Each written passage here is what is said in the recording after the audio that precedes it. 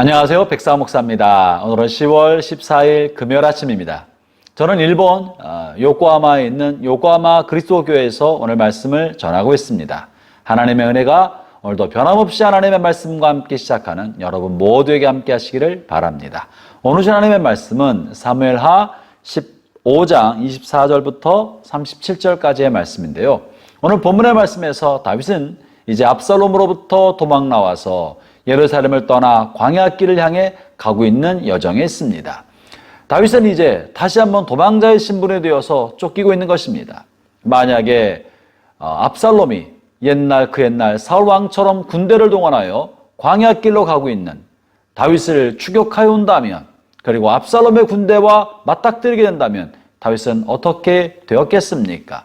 다윗은 자신을 보호할 수 있는 사람의 방패도 없었고 압살롬의 군대와 싸울 수 있는 사람의 칼도 없었습니다.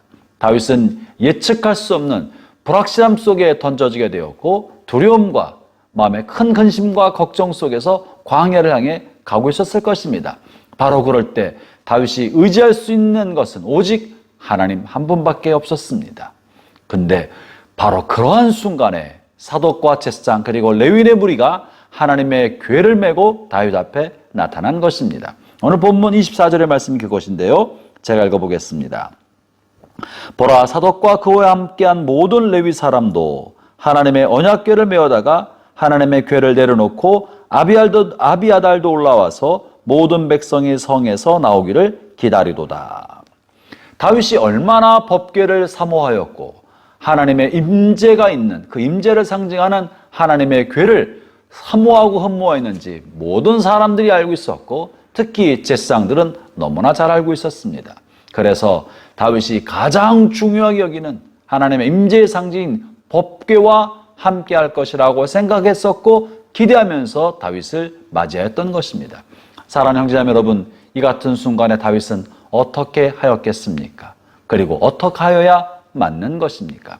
다윗의 마음속에 무엇보다 자신을 보호하실 분은 하나님밖에 없으므로 그 하나님의 임재와 보호를 상징하는 그 궤를 자기 옆에 두고 싶지 않았겠습니까? 자기 가는 곳마다 그 궤와 함께 있고 싶지 않았겠습니까? 적어도 모든 사람이 나를 버리고 아들로부터도 배신을 당했어도 나를 보호할 분은 하나님밖에 없으니 그 하나님을 내 곁에 모시고 싶은 마음에서 하나님의 법궤 언약궤를 메고 광야로 가고 싶은 마음이 왜 안 들었겠습니까? 그런데 다윗은 어떤 선택을 했는지 오늘 본문 25절을 읽어보시죠. 왕이 사독에게 이르되 보라, 하나님의 궤를 성읍으로 도로 메어가라. 만일 내가 여호와 앞에서 은혜를 입으면 도로 나를 인도하사 내게 그 궤와 그 계신 데를 보이시리라. 그러나 그가 이와 같이 말씀하시기를 내가 너를 기뻐하지 아니한다 하시면 종이 여기 있사오니 선히 여기신 대로 내게 행하시옵소서 하리라. 여러분, 다윗의 이 고백은 얼마나 놀라운 고백인지 모릅니다. 다윗은 하나님의 궤와 함께 있고 싶었으나 그러나 다윗이 있는 곳으로 하나님의 궤를 모셔오기보다는 하나님의 궤는 그 자리에 있는 것입니다. 내가 원한다고 해서 하나님의 손을 내 쪽으로 옮기려 하지 않고 하나님의 마음을 나를 향해 돌리려 하지 않고 하나님은 여상이 하나님의 계실 곳에 하나님은 하나님 되셔서 하나님의 일을 하시되 하나님께서 나를 만약에 불쌍히 여기시면 나를 다시 하나님 품 안에 인도해 주실 것이고 만약 하나님이 나를 책망하시고 나를 버리시고 나를 향해서 진노하시고 나를 기뻐하지 않으신다면 그것은 하나님의 뜻이니 하나님의 뜻에 나 자신을 내어 맡기겠습니다 하는 것이 오늘 본문의 고백입니다. 그래서 이와 같은 다윗의 마음이 하나님의 궤를 모셔서 가지 아니하고 원래 있던 예루살렘 성읍 안에 그 성막 속에 다윗의 성막 속에 법궤를 도로 메어가라고 말하고 있는 거예요.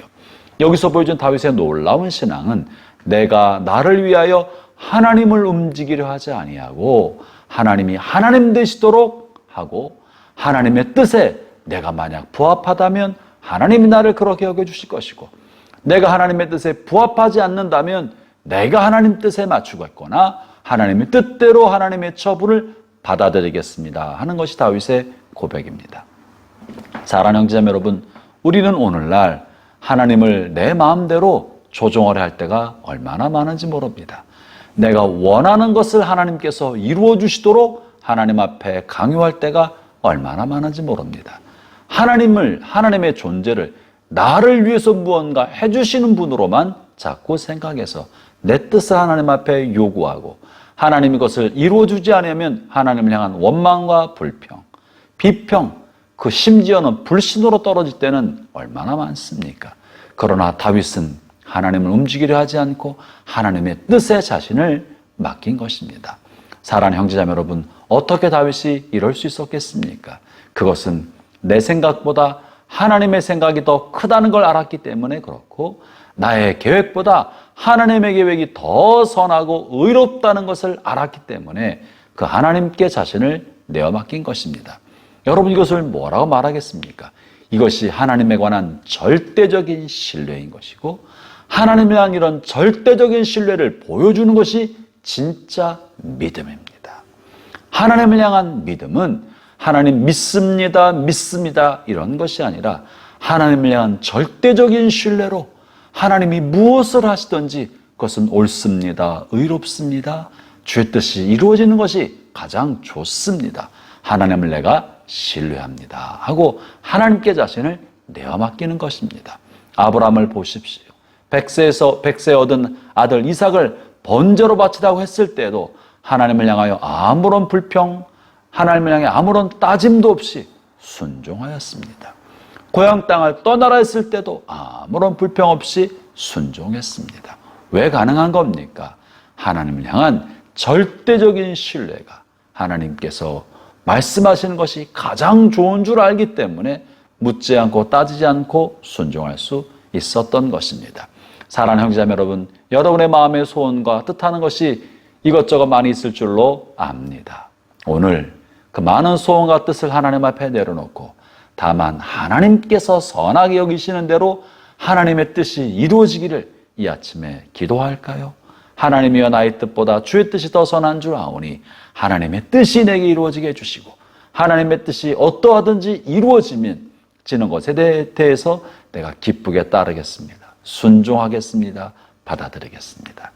하나님을 향해 즐거이 따라 나가는 저와 여러분 되시기를 바랍니다. 기도하겠습니다. 하나님 아버지 감사합니다. 우리는 너무나 자기중심적이고 내 뜻을 하나님 앞에 강요할 때가 너무나 많았던 것을 자백합니다. 오늘 다윗을 통하여 하나님의 뜻 앞에 나 자신을 맞추는 것이 옳은 줄을 알았습니다. 오 하나님, 하나님의 선한 뜻이 우리의 삶에 이루어지게 하여 주옵소서. 오늘 하루 종일토록 하나님의 뜻이 우리에게 이루어지게 하여 주시고 그것이 어떠하든지 간에 기쁨으로 따르고 감사함으로 받아들이게 하여 주옵소서. 주님께 드려드립니다. 예수님 이름으로 기도합니다. 아멘.